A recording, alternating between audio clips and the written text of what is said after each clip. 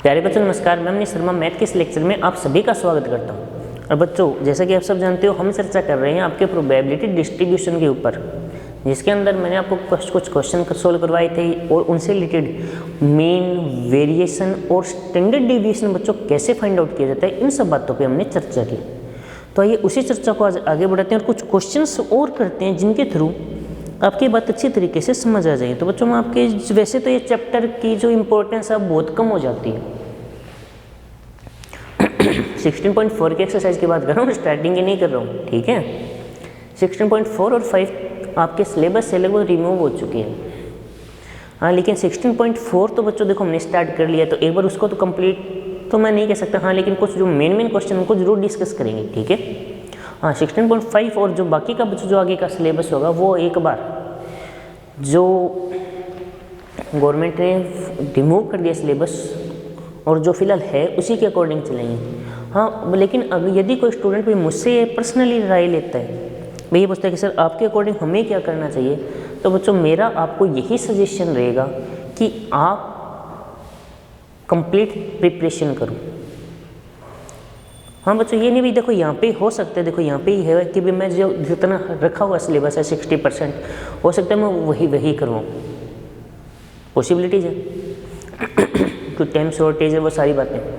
हाँ, लेकिन एक चीज़ बच्चों आपसे मेरा पक्का प्रॉमिस है कि यदि आपको कोई डाउट आता है कमेंट सेक्शन में पूछो या पर्सनली पूछ सकते हो, आपको उसका सॉल्यूशन ज़रूर दिया जाएगा। उसे आप पर्सनली कांटेक्ट कर सकते हो, कोई दिक्कत नहीं है। आपकी जो भी प्रॉब्लम बच्चों उसको मैं ज़रूर सोल्व करूँगा, ठीक है।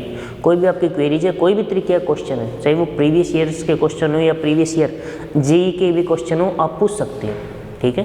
तो बच्चों आप मेरे कहने का अर्थ है कि जो बच्चे आगे जेई का मेन एग्ज़ाम देना चाहते हैं, भाई जो जेई का एग्ज़ाम होगा वो पहले मेन, बाद में आप यदि मेन क्लियर होता है आपको एडवांस देना होगा, उसके बाद फिर तो कोई दिक्कत नहीं आएगी आपको, लेकिन मेन क्लियर करना, एडवांस क्लियर करना बहुत इंपॉर्टेंट है।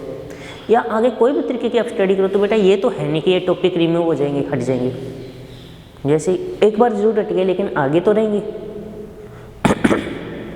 आगे रहेंगे, फिर दिक्कत आएगी ना आपको। क्योंकि भी देखो सिंपल सी बात है बेटा, अगर आप अब ये टॉपिक छोड़ देते हो, अब आप अगर ये टॉपिक छोड़ रहे हो, चलो कोई दिक्कत नहीं, एक बार 12th लेवल के हिसाब से छोड़ दो, कोई दिक्कत नहीं है, लेकिन आगे की सोचो ना फॉर फ्यूचर। क्योंकि ये टॉपिक क्या हमेशा के लिए हट गए, ऐसा तो नहीं है ना कि हमेशा के लिए ही ये टॉपिक आपके हट रहे हैं, हमेशा के लिए नहीं हट रहे हैं। ये टॉपिक सिर्फ कुछ टाइम के लिए हटे, सिर्फ आप जब 12th में तब तक हटे, आगे तो रहेंगे, फिर क्या करोगे? फिर ये थोड़ा ना होगा अभी कि जब आप आगे के लेवल पे जाओगे तो पीछे के टॉपिक आपको वहाँ जहाँ पे भी आप पढ़ो, आप ये बोले सर हमारी पीछे बैक स्टेज में ढंग से नहीं पढ़े हुए भी, हमारे हट गए थे तो अब हमें वापस करो। बेटा उनके पास भी इतना टाइम नहीं होगा कि वो वापस बैक वाला काम करवा सके फिर आगे, क्योंकि उनका उद्देश्य तो आगे बढ़ना होता है। इसलिए बच्चों मेरे सजेशन आपको ये भाई, हाँ मेन फोकस उस 60% पे करो जो आपके है, लेकिन जो 40% हटाया गया उसको नेग्लेक्ट मत करो, उतना ज़्यादा इम्पोर्टेंस ना दो, कोई दिक्कत नहीं है, लेकिन हाँ समझो, सोल्व करो, पढ़ो, तो बच्चों फॉर फ्यूचर आपके लिए बेटर ऑप्शन रहेगा। बाकी आप अपनी मर्जी के मालिक हो, मैं कोई इस पर दबाव नहीं डाल सकता आप पे, ठीक है। तो ये बच्चों स्टार्ट करते हैं 16.4 के कुछ क्वेश्चंस को, ज़्यादा तो नहीं कह सकते हाँ, लेकिन कुछ क्वेश्चन करते हैं।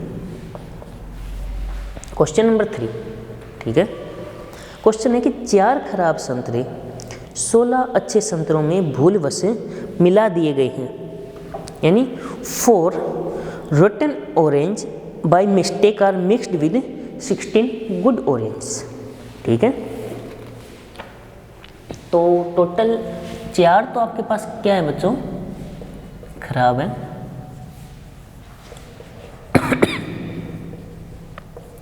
और जो 16 है वो अच्छे हैं, यानी गुड, ठीक है। टोटल आपके पास कितने हो जाएंगे, 4 + 16 20, ठीक है। भी इनको हमने मिक्स कर दिया, ठीक है। आगे ये क्या कह रहे हैं, 2 orange are drawn and found to be rotten, ठीक है। आप इनमें से कितने ऑरेंज को बाहर निकाल रहे हो, 2, और वो क्या होते हैं भाई, तो फाइंड द प्रोबेबिलिटी डिस्ट्रीब्यूशन, आपको प्रोबेबिलिटी डिस्ट्रीब्यूशन टेबल बनानी है क्या होगी। अब बच्चों आराम से इस क्वेश्चन को समझिए। ऐसे वैसे तो बच्चों देखो इस तरह के क्वेश्चन मैंने आपको करवाए हैं काफ़ी, हाँ, लेकिन मेरे हिसाब से इस तरह के कंसेप्ट में आपको फिर भी प्रॉब्लम आ सकती है, इसलिए मैं आज इन्हीं के क्वेश्चन के ऊपर ज़्यादा फोकस करना चाहूँगा। एक बात तो बच्चों, ये जो आपके पास टोटल 20 यानी जो 20 ऑरेंज है, संतरे हैं, इनमें से मान लो वो इस तरीके के जिन पे आपको सिर्फ देखकर ये पता नहीं चल रहा कि कौन सा खराब है कौन सा अच्छा है, ठीक है। आपको सिर्फ देखकर क्लियरली बच्चों ये पता नहीं चल पा रहा है कि कौन सा खराब है कौन सा अच्छा है, तो वो आप क्या करोगे। आप जब 2 संतरे निकाल रहे हो तो एक बात तो क्या दोनों के दोनों खराब होंगे भैया। आप देख के निकाल तो पॉसिबिलिटी की हो सकता है दोनों में से एक भी खराब ना निकले। ये आपने जो 20 संतरे निकाले हैं उनमें से पॉसिबिलिटीज नहीं है क्या कि एक भी खराब ना निकले। संभावना जरूर है ना, पॉसिबिलिटी सारी लेनी है। प्रोबेबिलिटी का और मतलब क्या है, हो सकता है उनमें से कोई एक हो और हो सकता है दोनों के दोनों ही खराब निकल जाए। पॉसिबिलिटी है या नहीं है, क्योंकि बच्चों आपको सिर्फ क्लियरली ये देखकर नहीं पता चल रहा कि उनमें से कौन सा खराब है कौन सा अच्छा है। तो आप जब निकालोगे तो जब कंडीशन है वो क्या हो सकता है दोनों के दोनों ही सही निकल जाए। कंडीशन है या नहीं है, हो सकता है दोनों में से कोई एक सही निकल जाए या दोनों के दोनों खराब हो, पॉसिबिलिटीज तो है, ठीक है। तो अब बात आती है, फोकस कीजिए इस क्वेश्चन में। एक बात सुनो गौर से, क्या इसमें एक सब्स्टिट्यूशन वर्ड यूज किया गया, यानी ये बोला गया कि प्रतिस्थापन नहीं बोला गया। तो अब विदाउट सब्स्टिट्यूशन का केस है तो एक एक जो केस दोबारा है उसको कम करोगे, ठीक है, क्या देखना। तो इसे मैं यदि ए से डिनोट करता हूँ तो इसे मैं एक बार ए डैश से डिनोट कर दूँ। तो यदि दोनों के दोनों अच्छे हो तो दोनों के दोनों कहाँ से होंगे, यहीं से बिलोंग करेंगे ना, ए डैश से। तो पहले ए डैश देखो ए डैश 2 बार आया, तो पहले 16 फिर 15 और नीचे तो टोटल केस एक कम होते ही जाना है। तरीका समझ आ गया बच्चों मेरे द्वारा बताया गया। जो भाई जो केस दोबारा आए उसको एक कम करते जाओ और डिवाइड में तो टोटल केस में से एक कम होते ही जाना है, ठीक है। ये शायद 4 पे जाएगा, ये 5 पे जाएगा और तो बच्चों शायद हाँ ये भी कैंसिल होगा ना 3, तो ये आ जाएगा 12/19, ठीक है। जब एक खराब हो तो हो सकता है बच्चों, ऐसा केस नहीं हो सकता क्या भाई आपको वैसे अगर हम 2 निकाले। अब कई बच्चों को देखो माइंड में बच्चे एक सवाल आ रहा है, आना भी सही है कि सर एक बात हो कि अगर हम 2 संतरे निकालें, एक खराब एक अच्छा, फर्क क्या पड़ा, कंडीशन 2 क्यों ली। सोचने वाली बात है ना भाई। जब बात है कि नहीं हो सकती क्या, फिर 2 कंडीशन क्यों ले रहे हो, फर्क है बच्चों इनमें। यदि मान लो, अब मैं जो बात करूँ उसको समझो। मान लो आपके पास जो 20 संतरे हैं आप उनमें 2 निकालो और आपके पास सामने 2 बच्चे बैठे हों, आप उनको देना हो। जो पहले निकाला वो पहले बच्चे को दो, दूसरे निकाला वो दूसरे बच्चे को दो। तब इस कंडीशन की इंपॉर्टेंस है या नहीं है। इस केस में तो पहले बच्चे के पास अच्छा गया, दूसरे के पास खराब गया। इस केस में पहले के पास खराब गया, दूसरे के पास अच्छा गया। अलग अलग बातें हो गई या नहीं होगी। इस वजह से इस कंडीशन की इम्पोर्टेंस है, याद रखना। तो यानी जो दोनों में से एक खराब होगा वो हो सकता है वो पहला हो सकता है वो दूसरा हो। तो टोटल 2 केस हैं। टोटल कितने केस हैं, 2। एक बार ए आया 4, ए डैश भी एक बार है 16, नीचे एक एक कम कर दो। भी जो दोबारा है उसे कम करना है भी आपको कैसा नीचे, क्योंकि नीचे तो बच्चों आप टोटल को ले रहे हो तो टोटल में से तो एक होएगा। ऊपर वाली बात अलग है, ठीक है, ऊपर वाली बातें अलग है। देखो फिर ये क्या हो जाएगा 5 ये हो जाएगा 32/, इसको एक बार 95 की रेंज में बना लूँ, ठीक है। इसको भी बच्चों मैंने एक बार 95, क्योंकि इनका जो सम है वो मेरे को 1 चाहिए, ठीक है, इस वजह से। अब दोनों के दोनों खराब हो तो क्या होगा ए, तो इसकी प्रोबेबिलिटी क्या होगी, ए 2 बार आया तो 4 3, टोटल केस 12, तो आ गया 3/95। अब बच्चों मैं टेबल तैयार करता हूँ। टेबल तैयार करूँगा तो ये x होगा और ये px होगा। x की केस है 0 1 2, 60/95, ये हो जाएगा 32/95, ये हो जाएगा, देख लीजिए, कोई भी डाउट है बताइए। पहले इनका सम करके देख लीजिए, योग एक है, इसका मतलब जो हमने टेबल तैयार किया बच्चों वो सही है, हमने जो केस लिए हैं वो सही है। कोई डाउट है बताओ, कोई डाउट है क्या? रिपीट करने की जरूरत है? रिपीट करने की बच्चों जरूरत नहीं पड़ेगी, क्योंकि ऐसे ही क्वेश्चन आज हम करने वाले हैं। ठीक है, आपका काम क्या है, सिर्फ केसेस बनाने आने चाहिए। भाई अगर 3 उठा रही हो तो पहला खराब है, दूसरा तीसरा 3 में से 2। बाकी बच्चों इस तरीके क्वेश्चन और हैं। आपको एक क्वेश्चन जो नेक्स्ट क्वेश्चन करवाने जा रहा हूँ, क्वेश्चन नंबर 4, उससे कंसेप्ट और बेटर क्लियर हो जाना चाहिए। ठीक है, कर दो ये रीच। तो क्वेश्चन नंबर 4 के ऊपर आते हैं, देखिए। बस बच्चों एक ही चीज़ के ऊपर आप फोकस रखोगे, सब्स्टिट्यूशन और विदाउट सब्स्टिट्यूशन, प्रतिस्थापन और बिना प्रतिस्थापन। अगर सब्स्टिट्यूशन है, प्रतिस्थापन है, तो केसेज को कम नहीं करना। जो रिपीट है कोई दिक्कत नहीं, उतने चलेंगे, कम नहीं होंगे। अगर बिना प्रतिस्थापन यानी विदाउट सब्स्टिट्यूशन है, तो जो केस एक बार आ चुका है अगर वो दोबारा आता है तो उसको आप एक कम करके चलोगे। ठीक है, तो इसी के साथ स्टार्ट करते हैं क्वेश्चन नंबर 4 को। क्वेश्चन है, in urn contain 4 white and 3 red ball. आपके पास कोई थैला है बच्चों, उसके अंदर 4 तो व्हाइट है और 3 रेड बॉल है। 4 व्हाइट और 3 रेड। ठीक है, आगे क्या कह रहे हैं, 3 ball are drawn at random, यानी इससे कितनी बॉल निकाली जा रही है? 3 बॉल आप निकाल रहे हो। ठीक है, एट रैंडम यानी बिना देखे मान लो या ऐसे। ओके, इसके बाद and found to be red, और रेड होनी चाहिए। फाइंड दी प्रोबेबिलिटी डिस्ट्रीब्यूशन, यानी इस बार जो आपको प्रोबेबिलिटी डिस्ट्रीब्यूशन करना है, एक्स का मतलब है number of red ball. Question बच्चों इंटरेस्टिंग है। तो देखो तीनों में से भी 3 बॉल बिना देखे निकालोगे तो हो सकता है तीनों में से एक भी रेड ना हो सकता है, नहीं हो सकता, हो सकता है तीनों में एक हो, 2 हो जाए और 3 हो जाए, यही पॉसिबिलिटीज है।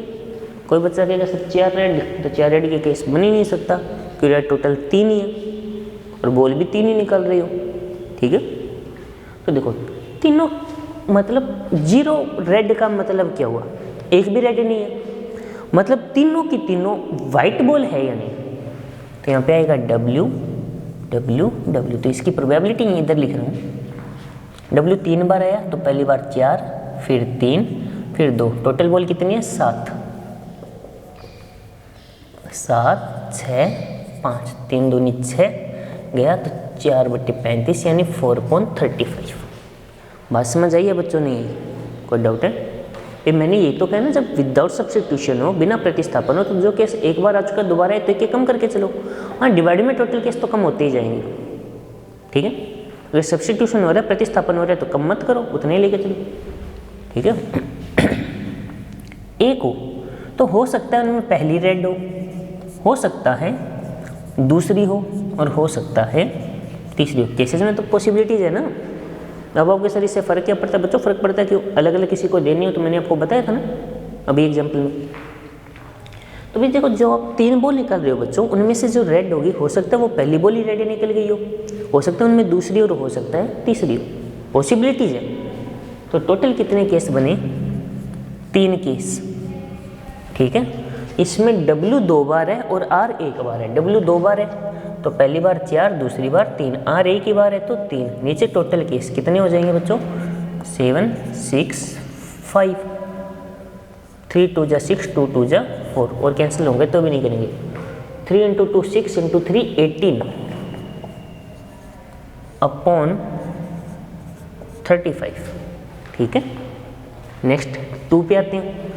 2 रेड होने का मतलब एक वाइट होगी। 2 बॉल अगर रेड है, लाल है, तो एक उनमें क्या होनी चाहिए बच्चों? वाइट होनी चाहिए ना। तो मैं एक वाइट की बनाता हूँ। यदि पहली वाइट है दूसरी बॉल वाइट हो, तीसरी हो सकती है। तो इसमें तीनों केस में बच्चों 2 रेड है। रेड मतलब पहली दूसरी लाल हो, पहली तीसरी हो, दूसरी तीसरी हो, 3 ही केस बन सकते हैं। केसेस बना लिए। टोटल 3 केस है तो 3 का मल्टीप्लाई होगा। R 2 बार है तो पहली बार 3 फिर 2, W एक ही बार है तो 4, नीचे 7 6 5, ये गया 3 चौके 12। ठीक है, लास्ट तीनों की तीनों लाल हो 3, तो एक ही केस बनेगा। R पहली बार 3 फिर 2 1। आपको 3 से क्यों स्टार्ट करते हो कि यार 3 है तो स्टार्ट तो वहीं से करूँगा ना। नीचे 7 6 5, 3 गुना 2 6, ये गया तो 1/35 है ना, 1/35। इन सब का सम करके देख लो चाहिए आप।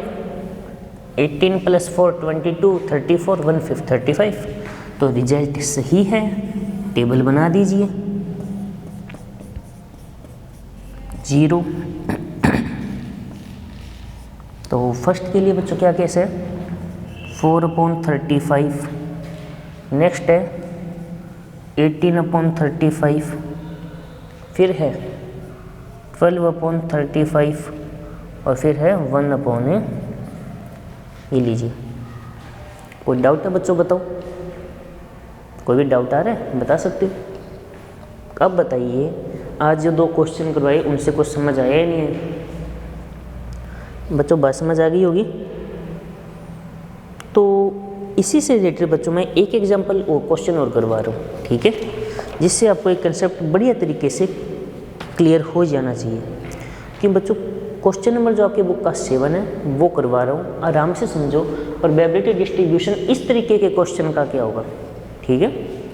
सिर्फ एक क्वेश्चन और करवा रहा हूँ, आराम से समझिए।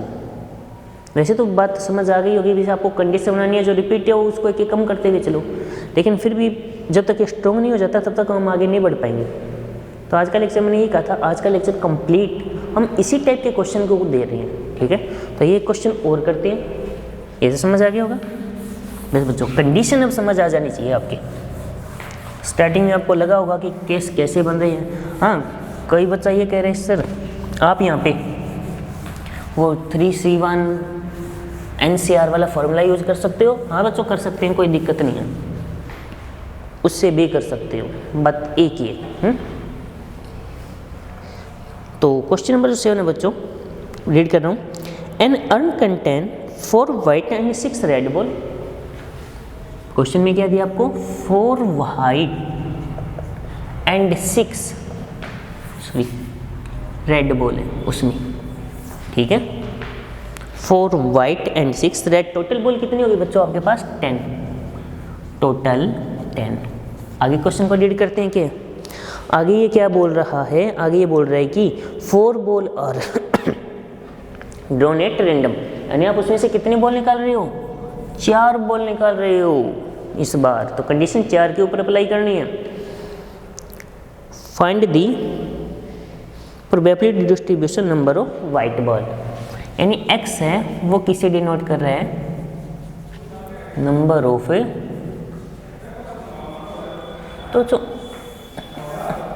तो हो सकता है उनमें एक भी ना हो सकता है 1 हो, 2 हो, 3 हो और 4 हो, पॉसिबिलिटीज है। यदि वाइट बॉल का नंबर 0 है, इसका मतलब चारों की चारों क्या होगी, रेड होंगी ना। तो चारों की चारों रेड होने का मतलब पहले रेड कितनी है, 6, फिर 5, फिर 4, फिर 3, नीचे टोटल 10 9 8 7, ठीक है। सॉल्व करके बच्चों आपका काम होगा।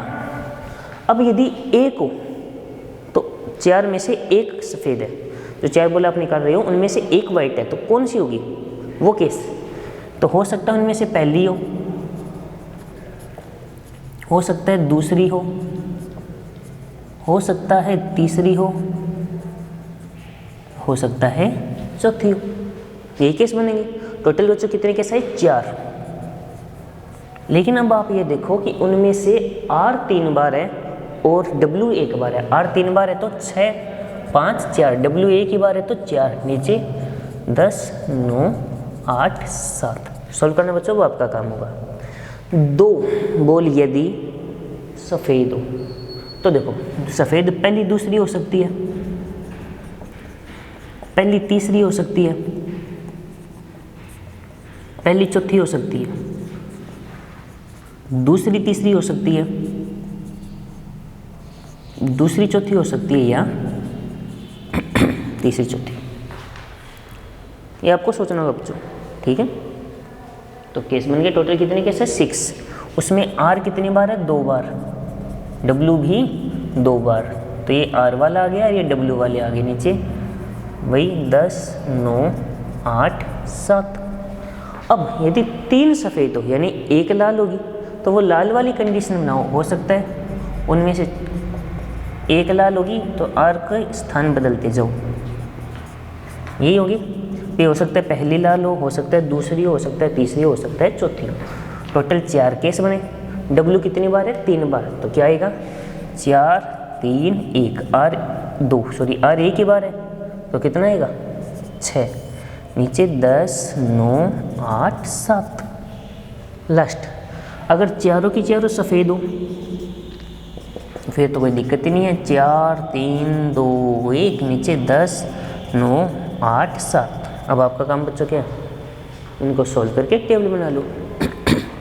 हाँ लेकिन कई बच्चा यदि कोई बच्चा NCR का फॉर्मूला यूज करे तो देखो नीचे तो आप क्या लिखोगे भाई 10 में से 4 चुन रहे हो आप, ऊपर चारों की चारों क्या है लाल, तो आप सिर्फ यहाँ पे देखोगे ना तो ऊपर आएगा 6C4, ठीक है।